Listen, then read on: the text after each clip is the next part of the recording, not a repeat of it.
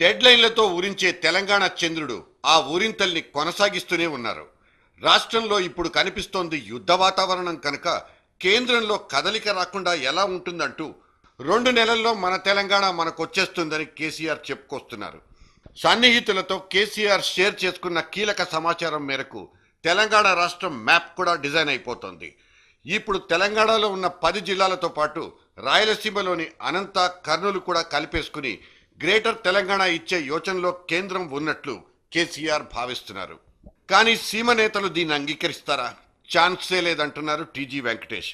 ఇప్పటికే 2 సార్లు పీలికలైన సీమ ప్రాంతాన్ని ఇంకోసారి చీల్చుకునే ప్రసక్తే లేదంటూ ఆయన తేల్చిపారేశారు.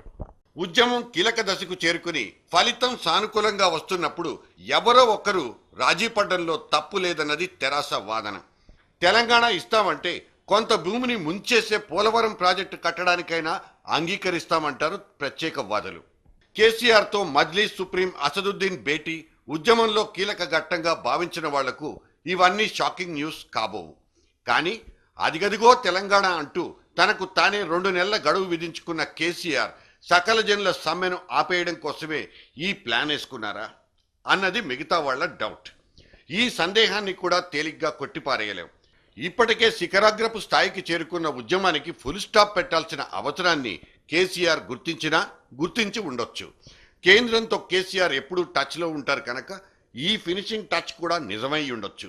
సంచలనాన్ని పుట్టించడం, ఆ సంచలనాన్నే ఆర్పేయడం కేసీఆర్కు అలవాటైన సమాచారం. పోయినసారి 15 రోజుల్లోనే తెలంగాణ అంటూ పుట్టించిన సంచలనం ఈసారి 2 monthsకు పొడిగించడం కూడా ఈ సీక్వెన్స్లో భాగమేనా?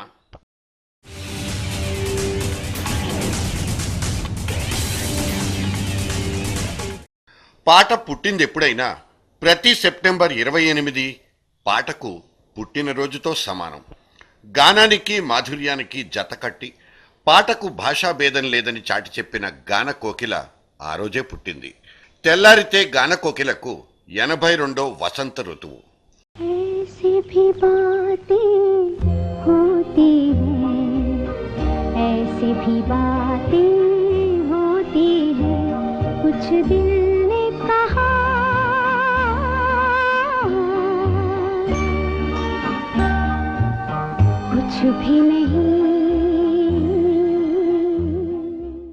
ఐదేళ్ల వయసులోనే లత తన గాన పరిమళంతో వాతావరణాన్ని మురిపింపచేసింది. ఆ తర్వాత భారతరత్న దాకా లత పాటల యాత్ర కొనసాగింది. 980 సినిమాలు, 20 భాషలు, 50,000 దాటిన పాటలు. అయినా ఆమె స్వరానికి అలుపు సొలుపు లేదు.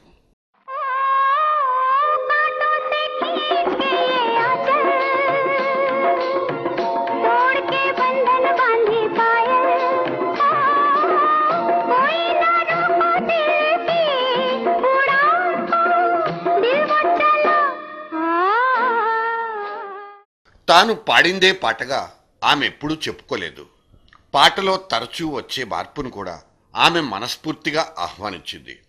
తరం మారుతున్న కొద్దీ అన్నీ మారాలంటుంది లతా మంగేష్కర్. నౌషాద్ నుంచి ఏఆర్ రెహమాన్ దాకా లత పాటకు స్వరాలు రాసిన లెజెండ్ల అందరిదీ కూడా ఇదే మాట. కాలానుగుణంగా పాటతో పాటు మనము మారాలి.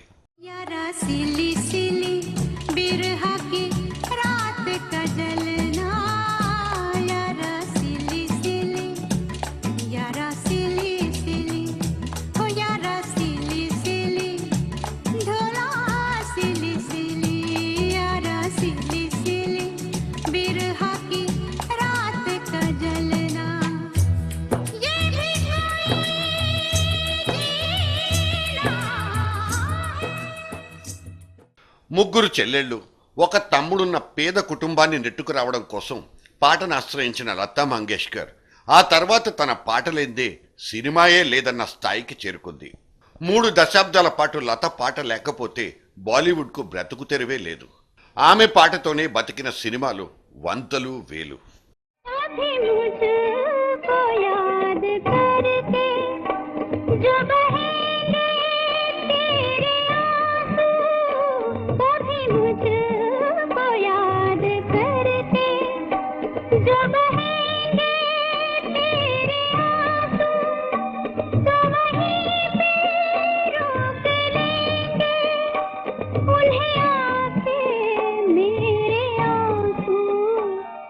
నిదురపోరా తమ్ముడా అనే పాట తెలుగు వాళ్ళందరికీ ఊయల పట్టింది. పాటలో ఓలలాడ్డం అంటే ఆమె పాట తర్వాతే తెలిసింది. 56 ముందు సంతానం సినిమా కోసం ఘంటసాలతో కలిసి లత పాడిన ఈ పాట తెలుగువారికి ఒక మర్చిపోలేని అనుభూతి. ఇంకో 100 ఏళ్లు దాటినా ఆ పాట మాత్రం పాతబడదు.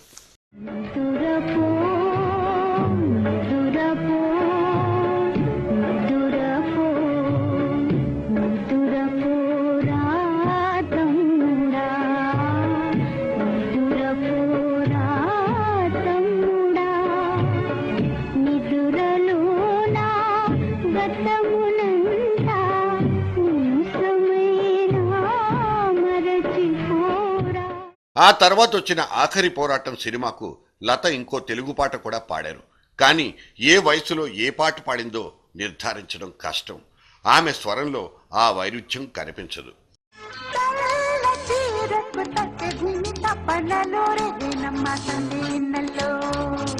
సిరిమల్లె పూలకు సరిగా మగుమ కాకెలమ్మ గంట ముద్దుల్లో అవే తీయని సరాగాలుగా ఇలా హాయిగా స్వరాలుదగా సన్నాయంటి వయ్యారంలో సాయంకాలే సంగీతాలు.